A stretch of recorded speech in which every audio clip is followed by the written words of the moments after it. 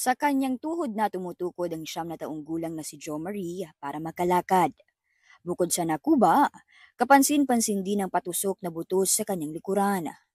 Kwento ng kanyang ina, nagbago ang postura ng bata simula ng maaksidente noong January 2022. Pasado alas 3 ang madaling araw raw noon, nang pumunta sa bukid si Jo Marie kasama ang kanyang tatay at iba pang kapatid para manghuli ng palaka na kanilang kakainin. Pakato sila sa bukid, pagbalik nila, nanulo po sila, kaya nananakap sila katsapa para utang kunta namon. Nag-agi sila sa sapa, nahulog po siya. Dila nagtikang kanya sakit sa kanya gato.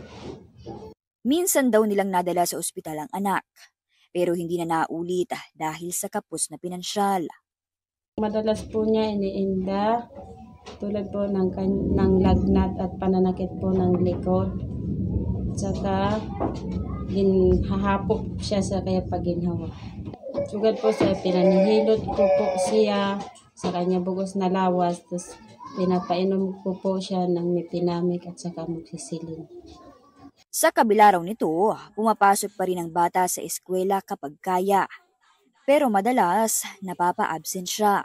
Kaya ang kanyang teacher na si Prudencio tumawid ng 4 na ilog at naglakad ng 1 oras para marating lang ang bahay ng bata para kumustahin ang kanyang lagay at manawagan online para matulungan ng paslit. Kay makurigad sa kamatangan ng bata na imdanam na sugad sito na kamatangan. Kaso kay wala kami kwarta nga papabulong. Nakarayag sa bata nga mawasan siya kay basin makatapos siya sa pag-eskwela. Kay mo na kanya pangarap na makatangko siya sa kanya pag-eskwela. Ayon kay Dr. Khalil Ginomla, isang orthopedic and spine specialist, base sa itsura at sugat sa likod ng bata, maaaring nagkaroon ito ng compression fracture mula sa pagkakahulog. At dahil hindi naagapan, posibleng lumala ito at naging TB sa spine o POTS disease. Ayon kay Doc, dahil nakakalagad pa si Jo Marie, kaya posibleng may pag-asa pang gumaling ang bata. Ang best advice na may bibigay ko is dalhin ka agad sa hospital, kuhaan ng mga laboratory para malaman natin kung ba talaga yung cause ng deformity ng pasyente. No? Huwag nang hintayin na hindi pa makalakad yung pasyente bago sa hospital. Pero para makasigurado na ito ay POTS disease, kailangang sumailalim si Jo Marie sa X-ray, blood test, MRI o biopsy. Kaya ang ina ni Jo Marie nananawagan po ng inyong tulong para maipagamot ang anak. Para kami kwartang nagpapabulong sa bata. Maluoy kami sa iyo nga buligan kami niyo. Kaya makuri ang kamatangan sa anak. Ako po si Mobile Journal Yeda Pascual na nagpapaalala na bawat may karamdaman ay kailangan din ng kalinga. Kasama na sa buhay ng konduktor ang ma-experience ang malalang traffic sa EDSA at all-day na pagtayo para magtawag ng pasahero. Pero ang EDSA bus carousel conductor na si Rogelio Ferolino Dayday o mas kilala bilang Jong, sinasabayan lang ng sayaw ang stress.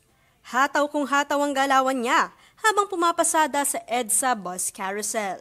Kwento ni Jong, panahon ng pandemya nang maglakas loob siyang lumuwas pa Maynila para magtrabaho. Kasi dati ma'am, matagal ko na talagang kasi yung mga kasamahan ko, mas malaki na yung sahod kay Don. Kaya napag-isipan kong pumunta dito na sakali na magbago yung buhay, gano'n. Mula rito, nakapasok na siyang konduktor. Taong 2022 naman, nang maisipan niyang ibahagi ang kanyang everyday life. Kasama ang mga pasaway sa kalsada, mga aksidente, pagbaha, at pati iba pang problema dahil sa matinding traffic. Inspired kasi ako sa mga yung mga nagbablog, na kumikita sila, nagbablog sila. Kaya sabi ko sa sarili ko, bakit di ko kaya subukan ganun? Baka may magbago sa buhay ko, may ganun. Kaya sa marami rin siyang upload kung saan sumasayaw siya sa bus, may pasahero man o wala. Bukod sa pagpapasaya sa kanyang mga videos, natutuwa rin daw siya sa mga sumusuporta sa kanya. Kasi kung makita ko kasi marami ng comment, parang natuwa ako, parang na-enjoy ako, sige pagpatuloy ko. Ang totoo raw niyan, mahiyain si Jong. Pero mas inuuna na lang daw niyang isipin na kumita para sa pinapaaral na anak sa Mindanao.